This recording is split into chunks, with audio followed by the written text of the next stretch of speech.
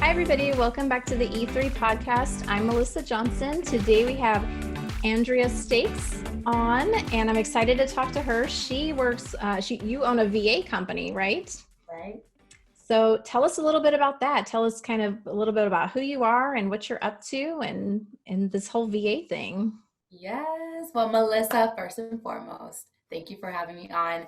I think this whole movement and everything that you're doing, being able to have, entrepreneurs on your show from different niches and natures is just absolutely incredible. So I appreciate you. And I'm so excited to hang out with you for today. So Yes. I'm Andrea Stakes. I am 23 years old out of Richmond, Virginia.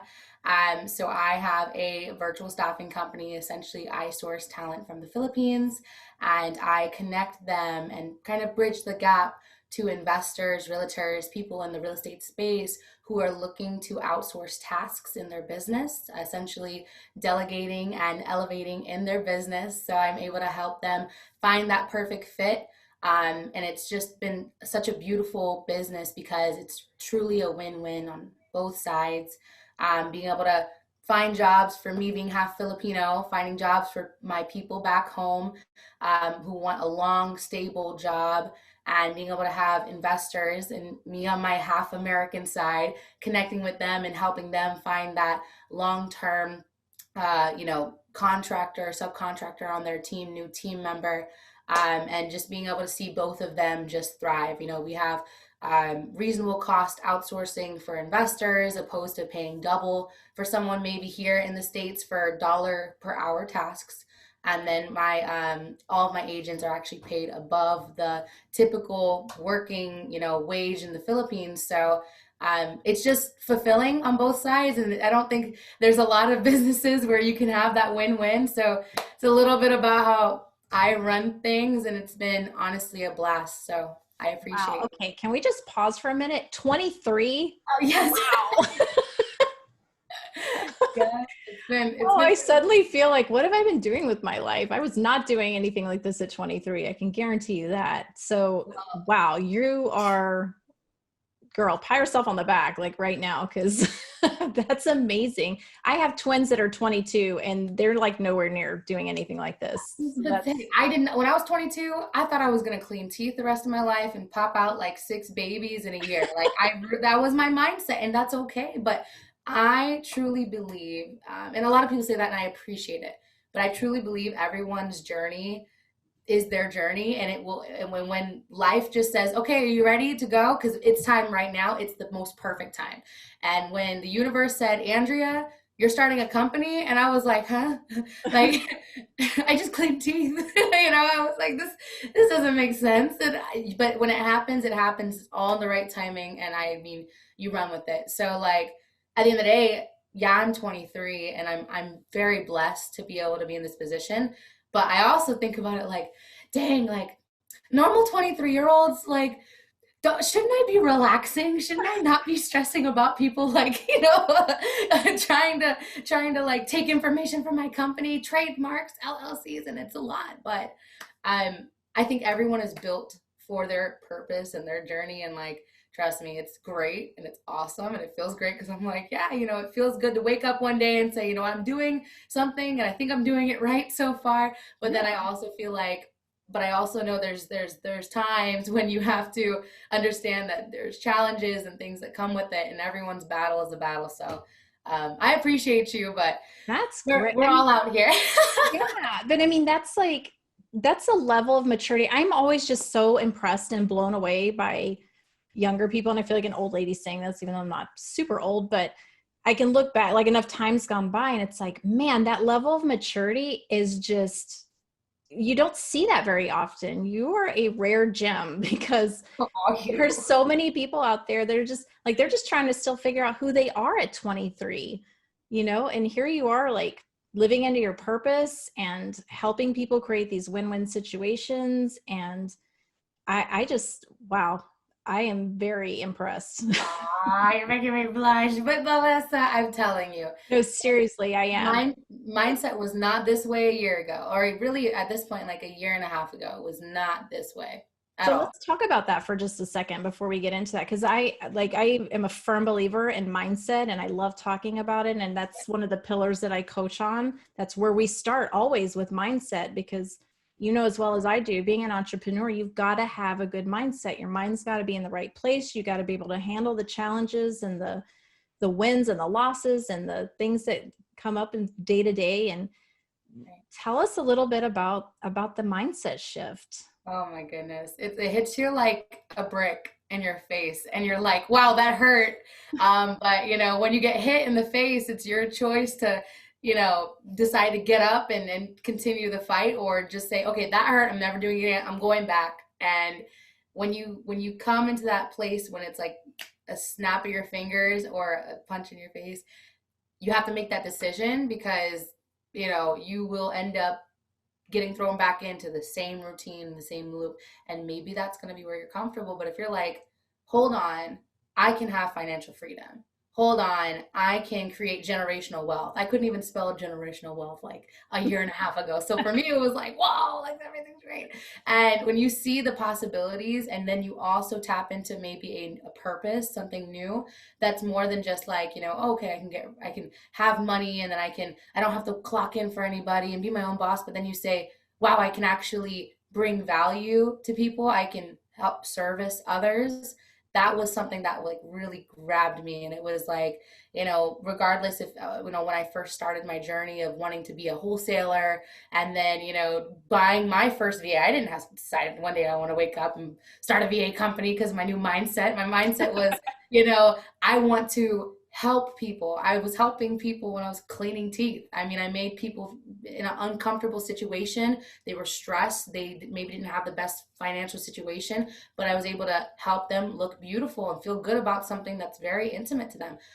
Wholesaling, or even real estate in general, there's everyone needs a place to live. There's houses everywhere, and there's people, especially with the pandemic. Even before the pandemic, you have divorce, you know, you have delinquencies, people who fall behind, there's people who die, there's so many people who need help in so many different areas in real estate, and there's so many strategies that you can use to help them. I said, this is the same thing as clean teeth, but it's a little bit cooler. Yeah. I don't have to, you know, wear gloves or be inside people's mouths. It's like, let me try this stuff. But then I realized I kind of thought houses were kind of gross too. So, I mean, granted, I fell into this beautiful place of virtual assistants through my journey of going into it and soaking in all the information. But your mindset is like, I am going to wake up and I'm going to pursue this thing that punched me in the face, and I'm not going to give up, because I don't care how much money I'm not making right now, even though I'm putting money in and not seeing a return.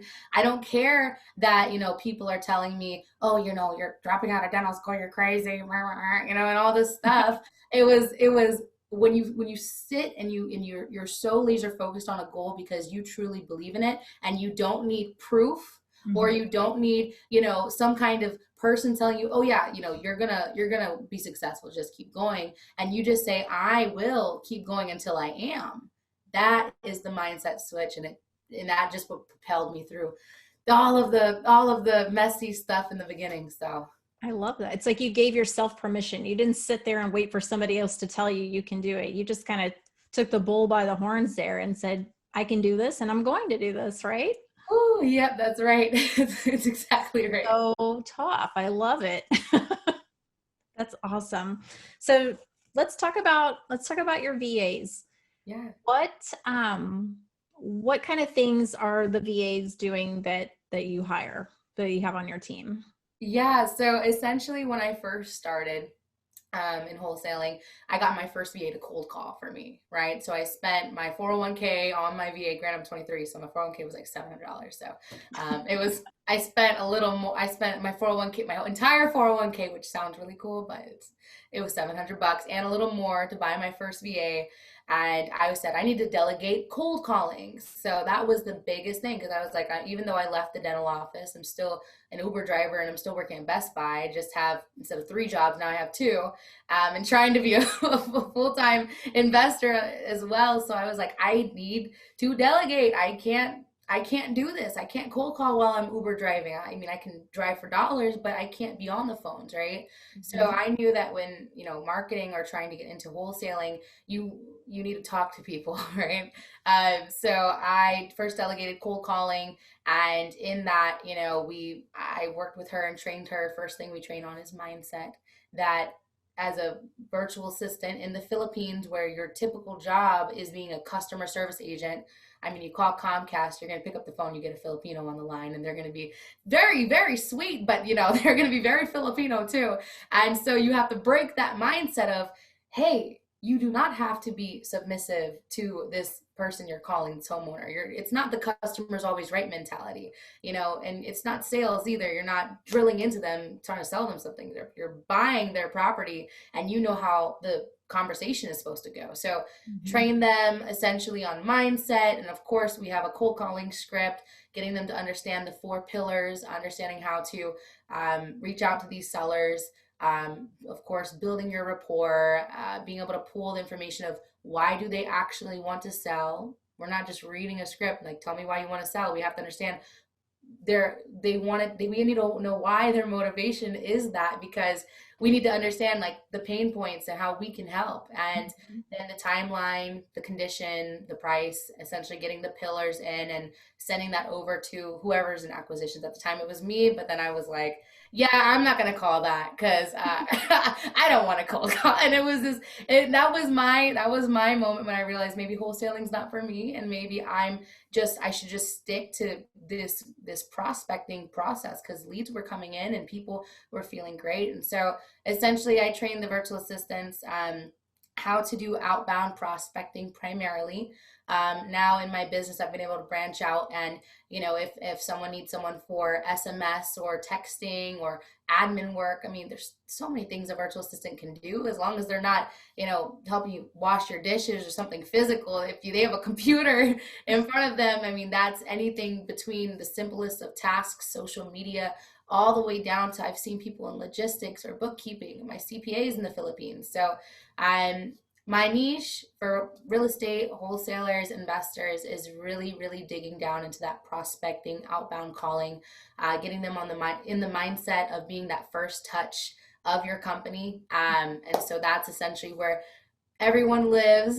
So I'm blessed to say that I have over 125 virtual assistants on my team. Wow. So 68 of them are mommies. I just counted because Mother's Day. Oh, yay.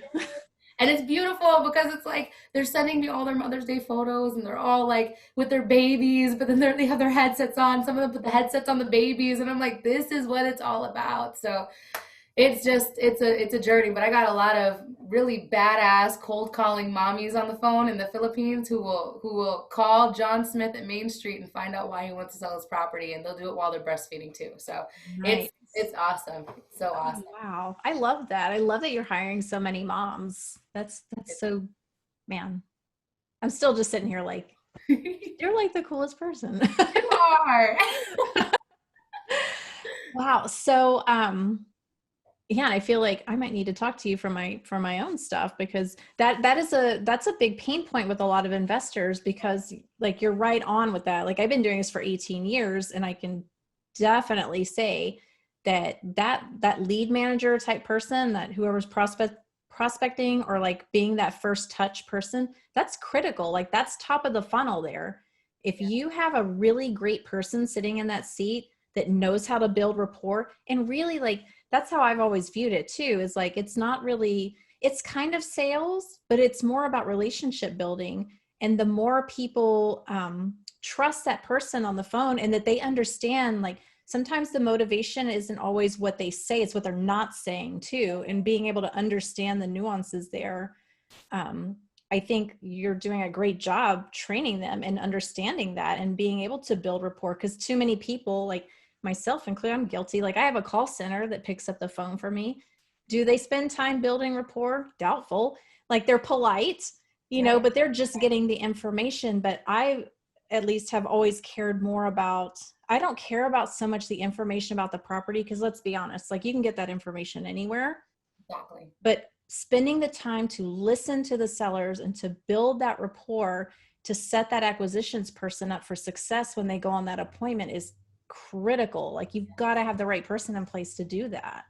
Exactly. And honestly, a huge part of it, I can set them up with the mindset like, hey, listen, don't just read the script, understand the script, and just, flow with the conversations. We'll teach on personality types and understanding people, but it's the clients who take it to the next level.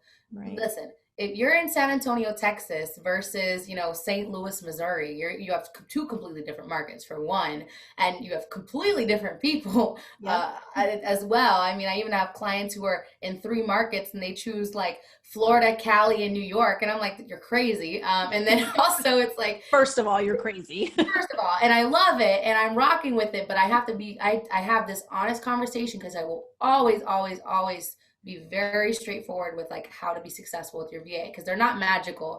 And I will definitely train them and pour into them, but when I let them go, it's another battle that you have to carry and build with them on. They're not just going to be like, all right, we're good to go. You keep doing your thing, and so I tell them like, hey, your New York market is going to be very driven, very time, oriented people. They're dominant, and that's okay. But your VA, opposed to calling someone in Florida or even Alabama, is not going to be able to build as much rapport, and they have to be okay with that and understand that seller. So you're going to have to teach them the nuances, to teach them to understand how to get on the phone and really flow with the people in your market. Because I can to give them a script and I can get them to understand what they can expect. But when they get on the field and they have an expert who's a New Yorker who can tell them all the lingo and the slang, and if someone says, where are you calling me from? And then you say, oh, I'm down the street, downtown at this place. And then they keep going. You then become a person where it's, oh, I trust you. You're not just a overseas caller who's calling about my car's extended warranty. And it That's erases. the worst. Yes, I've got like 4 today, and I'm just like, this is what I get. But really, for all the cold calls that might come in us. But and that's what it is. So it's a battle for me to get them to that place of one, just at least breaking down the initial walls. But then it is a definitely another battle for my clients to be like, let me pour into you. Hey, and this is the Southern charm you should have. This is what you should expect, and then that you continue to build with that person. They are your frontliner and they will represent your company. And then it doesn't go from, oh, I get calls from you guys all the time to, hey, yeah, I spoke to your, what was that girl's name? Oh, Jana. She was fantastic. And then your seller is excited to talk to you instead of it being, hi, well, your caller called me, and it's a whole different thing. And you don't become that person in your market that's just another wholesaler, another person who's pulling the same list and calling the same people and they're getting multiple offers. You're standing out because you've poured into that assistant and build them, molded them, shaped them. So Definitely agree with that. I mean, we've seen that in our own business too. Like the more time that you spend building rapport, like when the guys go out on the appointment, they always go back and they're like, yeah, so-and-so, like whoever was the lead manager at the time, like, they were great, they were really sweet, and how are they doing? And, like really very friendly and open, and it changes the whole thing versus like coming in hot, like with no kind of like relationship building or anything ahead of time, just like some person that's getting all the info. And then it's like, why would they want to let somebody come in their house that didn't seem to really care that much about buying the property to begin with? Like I would think they'd much rather go with a person, set the appointment with the person that made them feel comfortable, because it is a reflection of your company, right? Who that person is and how they're treating that seller. Exactly. And it's so true. So I'm glad you relate. It's one of the most crucial things. And a lot of people are like, numbers, it's a numbers game in real estate, and it's numbers, it's houses. What is the ARV? And it's like, hold on, who's your seller? Who died? What's what's your favorite color? Like when you build that second layer, and you're not just going in and saying, how much do you want to sell it for? Granted, there's some deals that are going to be slam dunks like that, and the seller's not going to want to build rapport with you. Yeah, they just want to get rid of it. Yeah, they're like, hey, I just need help, and I don't feel like dealing with it. Just take it and let's go. Maybe those people don't build rapport, and the way for you to be able to speak their love language is to just say, okay, here you go, we're done. And that's just what fulfills them. And maybe they're just ready to go. But the difference is understanding that not every seller is going to be able to conform to that that personality or approach. And with 4 different personality types between, it's what we learned in really the dental office. We'll have different patient types. That's where I got it from. We had the DISC assessment, and so you're going to have dominant people. You're going to have the S type people, D, you'll have your C, and then you'll have your I's, and you'll have a bunch of different kinds of people. But really, when you look at your people who are extroverted, your people who are dominant, and your people who are conscientious, like they're the C types, the one who asks questions. Lots of detail.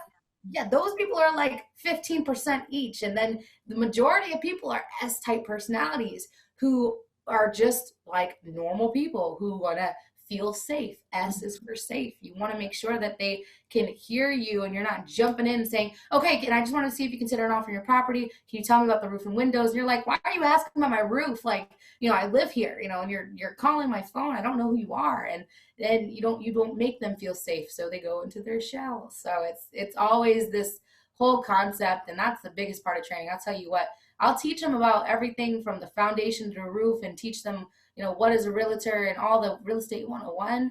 But the first 4 or 5 hours of their training is literally just mindset before they even talk about what's a house, what's real estate, what's wholesaling.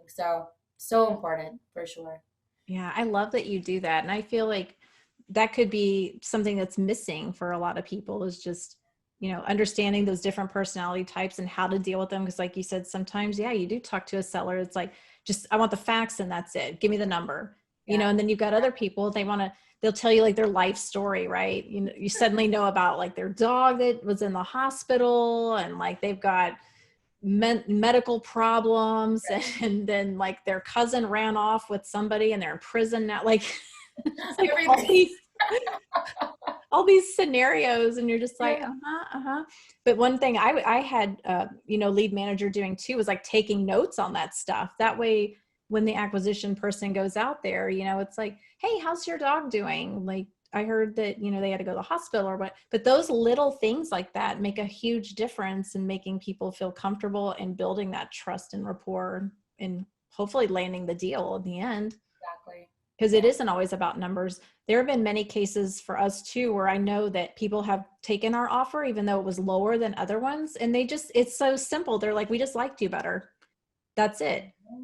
There was nothing else. They just didn't like the other people because they did not make them feel comfortable. Exactly. There's power in it. The only thing is that we have to remember we're in a people business. It's people based. And it's business, and I totally get it. We have to have guidelines and SOPs and expectations and KPIs. But at the end of the day, I have those in my business, and I love every one of my subcontractors, all of my VAs. I love them to death. But I will tell you what, I'll have to lay down the law if there's attendance issues, or if there's something that is essentially going past our guidelines and our rules, because we need that structure.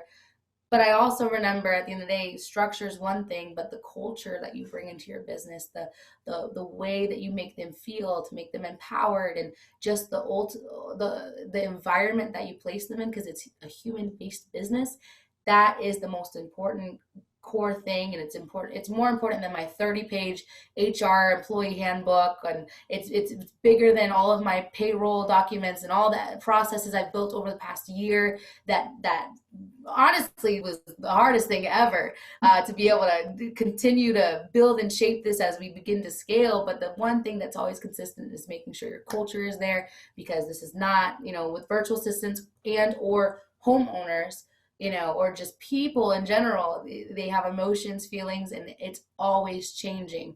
It's not like going to PropStream and buying a list and downloading that a CSV file, because a year from now, it's going to be the same CSV file. Your computer might be dusty, but that's going to be the same CSV file. Mm-hmm. And with a VA or a human being who's selling their property, regardless if it's a seller or the prospector, they are both going to have emotions and feelings, and they're going to be always changing. And we have to remember, we also have to adapt and understand that it is human-based regardless, and we are people-based. So that's a good Absolutely. So good.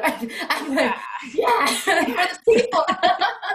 I love that. And I don't think enough people talk about culture. Like that's another thing too, that we, that when I'm coaching people, that's like one of the first questions that I ask them. It's like, do you have a defined company culture?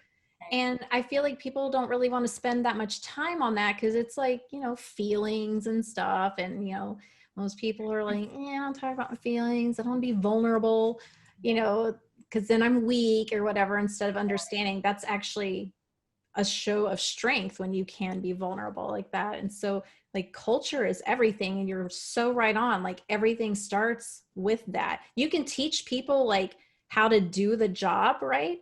But you can't teach the you like people fit or they don't fit, right? And so you want the people that fit, like you determine what the culture is, you're the business owner, and then it's up to you to bring people on your team that fit in that culture. And that's what it is. Tell you, I've had so many VAs, and this is the other kind of, I mean, VAs, we hear about it, we're like, oh, it's sexy, it sounds great, we love, I want to get 12 virtual assistants to do everything, and there's a beautiful side of it. Delegation in your business, in scaling and being able to offload tasks, it's fantastic, but there is a darker side to it. And we, just as much as there's a dark side to any kind of business, we have to make sure we're protecting ourselves. And I've had many VAs. I mean, we do literally 600 to 1,000 interviews every month, so it's not like I don't see a lot of people and have a lot of people coming in and trying to find that person who fits my culture. But I also have people who might have taken processes. I've had a lot of VAs take SOPs and go through our training just so they can learn and then start their own VA company. I've had clients who try to do it with me too. And at the end of the day, that's saying that's on the Philippine side and the US side.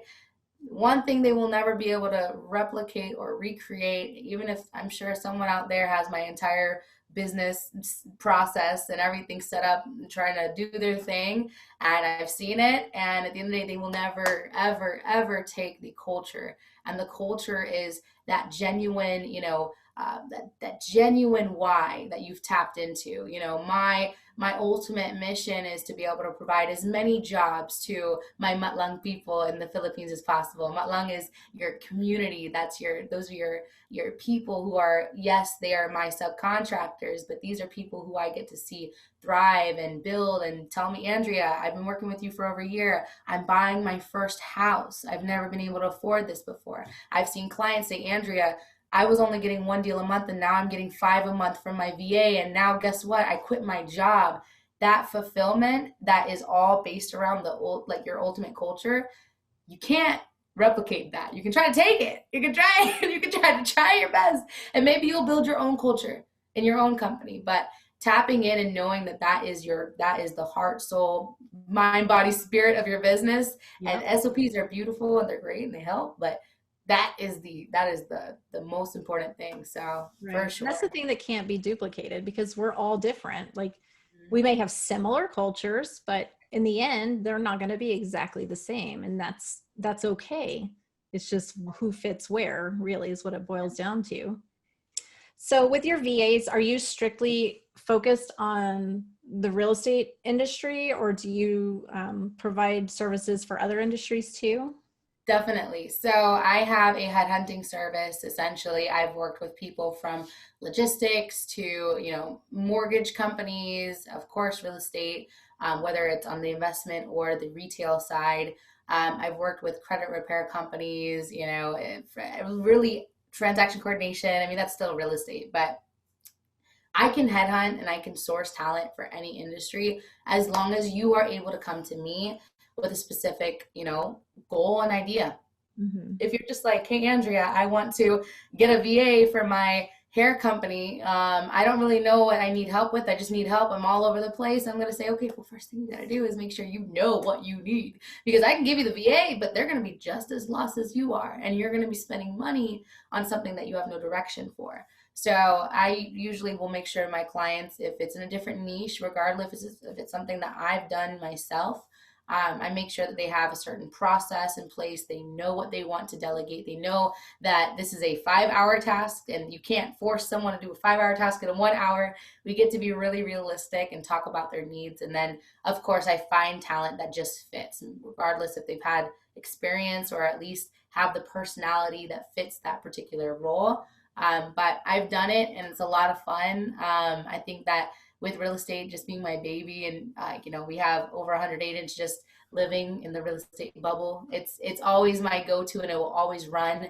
But I am branching out to different niches because it just even more elevates my purpose of like more jobs for people and more helping more people, even if they're not in real estate, delegate and just be able to breathe a little and not be a solopreneur anymore and be entrepreneur. So Yeah, and that's important. And, I think like a lot of times with my clients too, I tell them, like, let's figure out all the things that you're doing and what do you like? What do you not like doing? What are you good at doing? What are you not good at doing? Because there's a difference there too, right? Like yes. sometimes just because you're good at something doesn't mean you should be doing it.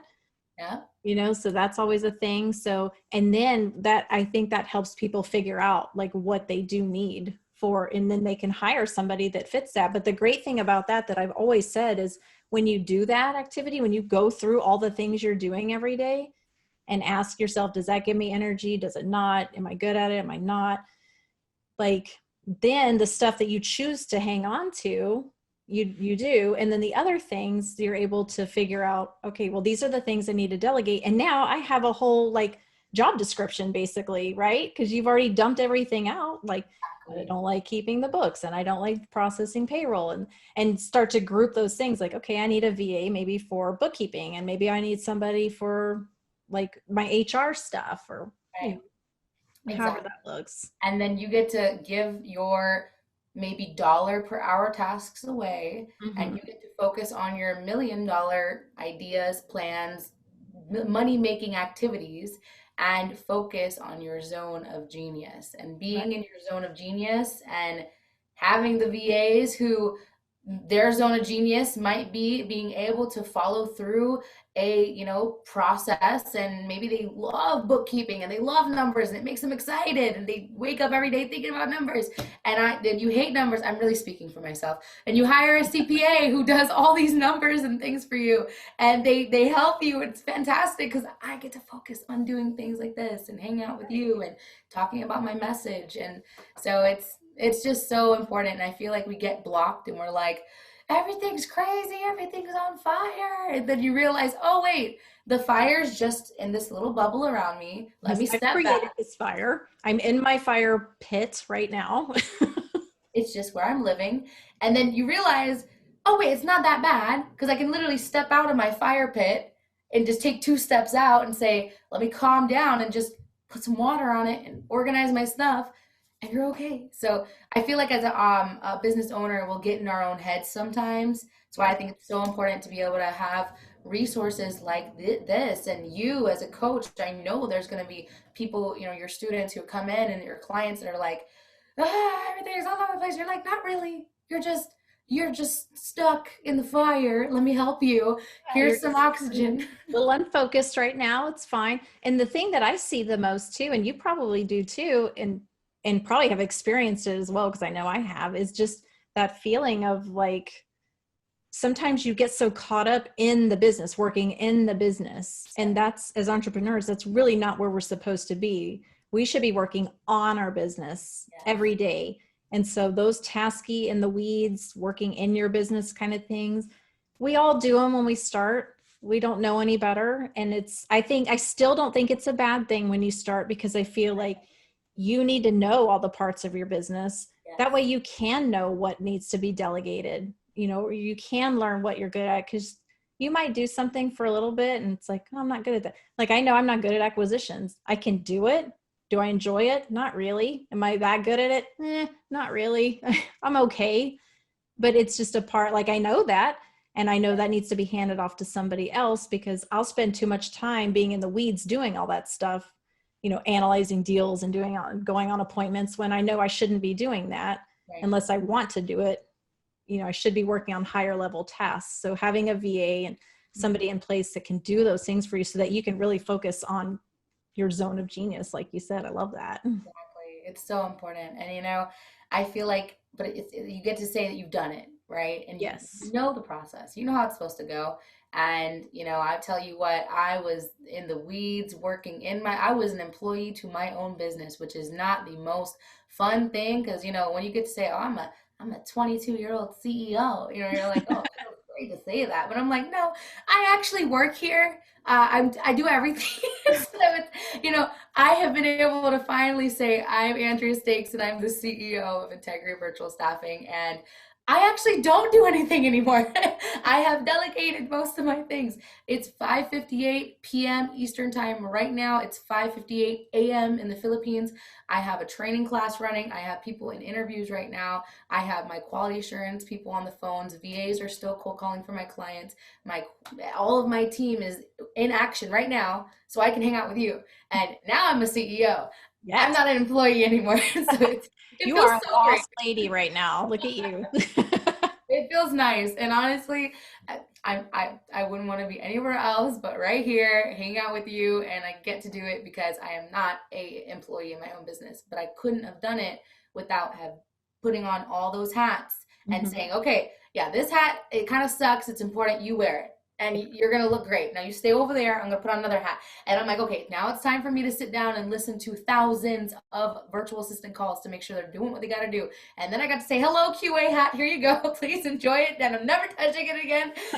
And then, and now I've been able to even outsource like my client acquisitions, being able to have someone on my team who resonates with my personality and my beliefs and being able to talk to clients and actually care about them instead of closing a deal. Like that wasn't what I wanted to outsource. So, we've all had those in the business moments, but remember, as long as you know you got to get out and you got to give your hat to someone, you're gonna be golden. So Yeah. And it's a process sometimes, like handing that stuff off. But if you have, like, speaking of processes, right? Like if you have the right systems and processes, that does allow you to hand things off. And that's where a VA can be very valuable, I would think, because it's like, here's the process, it's tested, it's proven, we've been doing it all this time, but yeah, I don't have the capacity to do this anymore. So here's my lovely process that works like a charm. You yeah, take that and you handle it, right?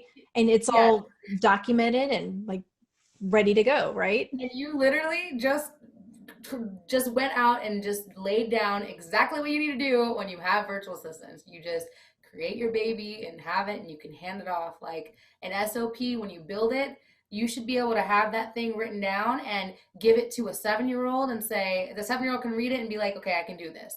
That's how that process looks like. Or you can give it to your husband while he's watching, the Super Bowl, and he can read the process in the middle of the game and still be able to do it. It's a process that you are able to hand off. But if you just teach someone and you don't write it down, what happens if that person leaves in 6 months? They take the process with them and you have to start again. So Right. it's And always important. If it's yes, not documented, it never happened. I learned exactly. And I that. tell my clients that all the time, and they're just like, like, I know it's a ton of work and it sucks. And I'm sorry about that for you, but you will never get out of your business if you don't take the time now to do that. Yeah. And that took me forever to learn. I operated wearing like all the hats. It was me and my now ex-husband at the time, but like we ran our business for 14 years by ourselves. Can you imagine all the hats we had to wear? Right. And I had to be a mom and take care of the house too, on top of all that stuff. It was Exactly. very stressful. And so like when I started documenting things, when I decided like we need a team, like I need more people. I can't do this by myself anymore. And started hiring people. And that was like the first thing that we did was go through, because you got 14 years of knowledge sitting in your head that you've got to now teach somebody else step by step. And we went nuts. It's very like log in here and here's the login and click here and do this, and like step by step, very, very detailed. And I think that's important for people, and especially if you're handing off to a VA, of having like super granular. You can't be too detailed, I don't think, with a process. Yeah, I definitely agree.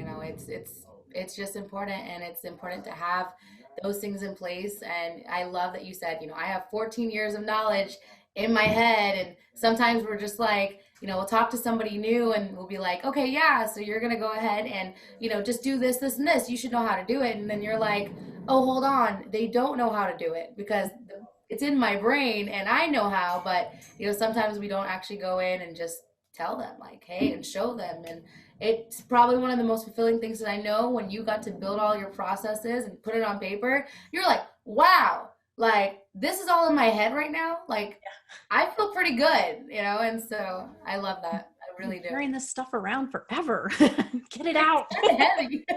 It's such a headache.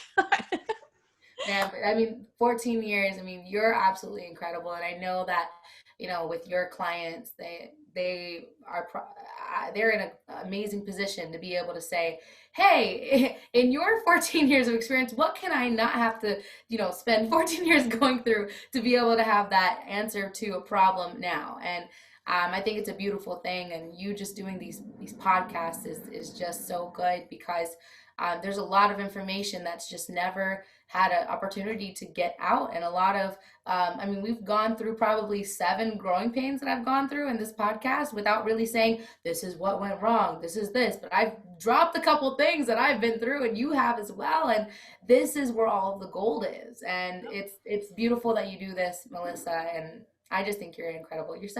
You are a warrior woman. That's what Elizabeth Navarrete says. She says you're a warrior woman.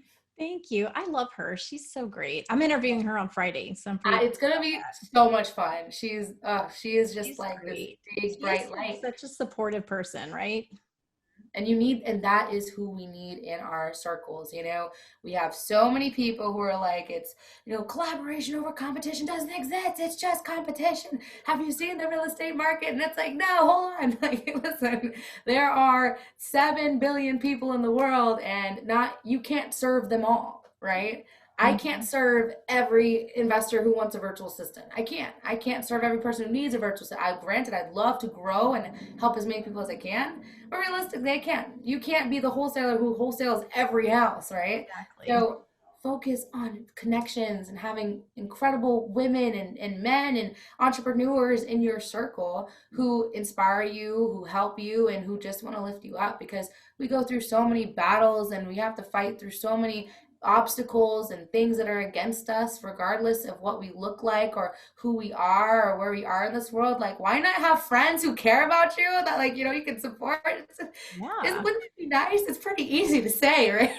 It is. And I've always felt that, and especially the last few years, I feel like as a person that's been in this industry for so long and achieved a level of success, like, it's our responsibility once you hit that point in your life, once you become successful, to go back and help the others, like reach down and help these other women come back up. And I just feel like it's a win-win, always, but somebody helped us at some point. Exactly. Somebody reached down and helped us. And I think the more that we can do that and really support each other. And somebody asked me not too long ago, like, well, are you afraid because there's so many investors in San Antonio now? And I was like, no. And I'll tell you why, because there's enough for everybody. We don't all do the same things. Like, we might bid against each other on properties, but like, I don't have hard feelings about that. You win some, you lose some, there's plenty to go around. But if we can support and help each other, I think it's what's important. Yeah, it's great. We need that person for sure. If, just real quick, there's two little things I wanted to hit too. For sure. Can you kind of talk a little bit about maybe what are some pros and cons of having a VA versus having somebody in-house doing these things for you? Definitely. So first thing I'll say is culture, right?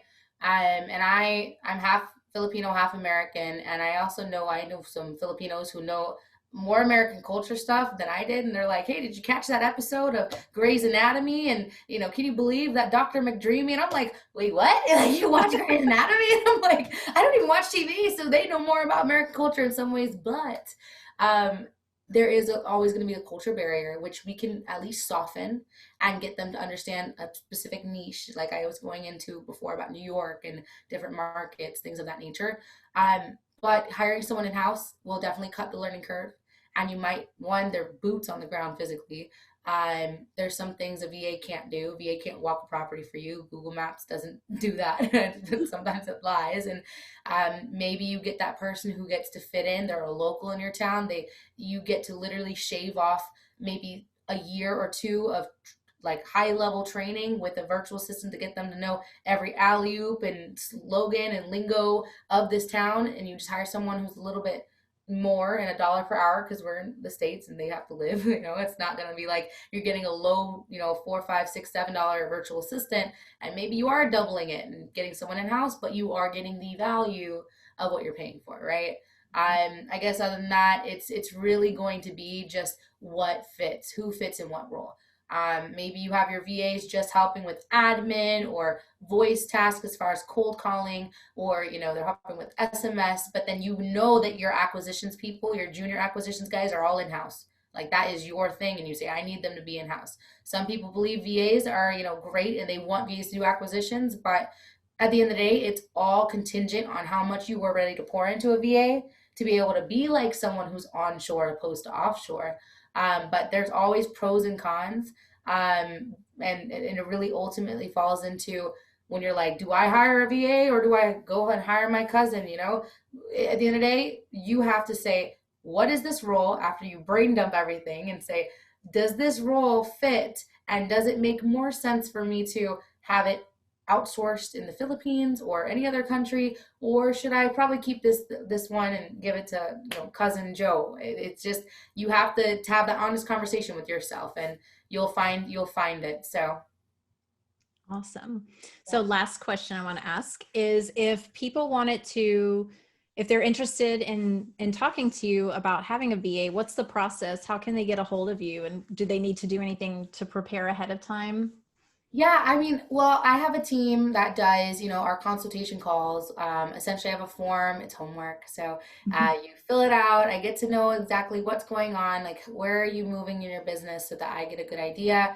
My team jumps on a call and talks to you and finds out, if you're in a place right now, maybe you already have a process and you're like, Andrea, I just need a VA to cold call. I already got this. I know what I'm doing. We'll find your person, match them, make sure they have a great personality and they fit yours, and you guys can do your thing. Or maybe you're a newer investor and you're like, I don't know where to go. I need to talk to someone like Melissa or you, and tell me what to do. What's the next step? I might tell you, you are not ready for me, and I might tell you, you are not ready. I'm not ready to have you as a client yet. I'm not gonna try to push you and say, yeah, get a VA and they'll fix your life. I'm gonna say you need to focus on data, your marketing, identifying your foundational stuff, and then we can build it together, right? Or I sometimes have savvy investors who are like, I need 10, and that form gives me an idea of what's going on. From there, we talk it out. My team gives advice, resources, gives you our next steps through, our training process and what that onboarding looks like. And from there, we just bring you into the family, and we throw parties every month, and we get to work. So and usually that's just through, if you wanted to contact me, it's through email. My email is andrea@integriavirtualstaffing.com, or Andrea Stakes on all social media platforms, whether it's LinkedIn, soon to be TikTok. I'm going to be a TikToker. I made like 2 TikToks and I'm like, okay, I don't know. I love it. My daughter forbid me. She's 12, and I told her, I was like, I think I might need to get a TikTok. And she's like, don't do it, Mom. I love it. She should be helping you. Hey, why not? There's so many. We're in a digital age. Everything's on the internet. So, basically, if you type in my name, Andrea Stakes, I'm there, and I'd love, if you want to tap in, you can follow me or just shoot me a DM. But I'll definitely forward that to you for everyone listening. And I appreciate you, Melissa. This has been so fun. Honestly, you're an incredible woman, fun to talk to, and it's the energy that I think a lot of people need. So awesome being here. I agree. And thank you so much. This is good. Like I talk to people that want to hear about VAs all the time. And so I think this is a lot of good information, answers a lot of questions for a lot of people too. And you're just a badass. So I always enjoy talking to other awesome women. This has just been great. So Thank you again. And we'll share in the notes all the details about how you can be reached, and hopefully we get some people reaching out to you for some VAs soon. Yeah, see who I can help. I appreciate you, my dear. Have an incredible rest of your week. Thank you. You too. Bye.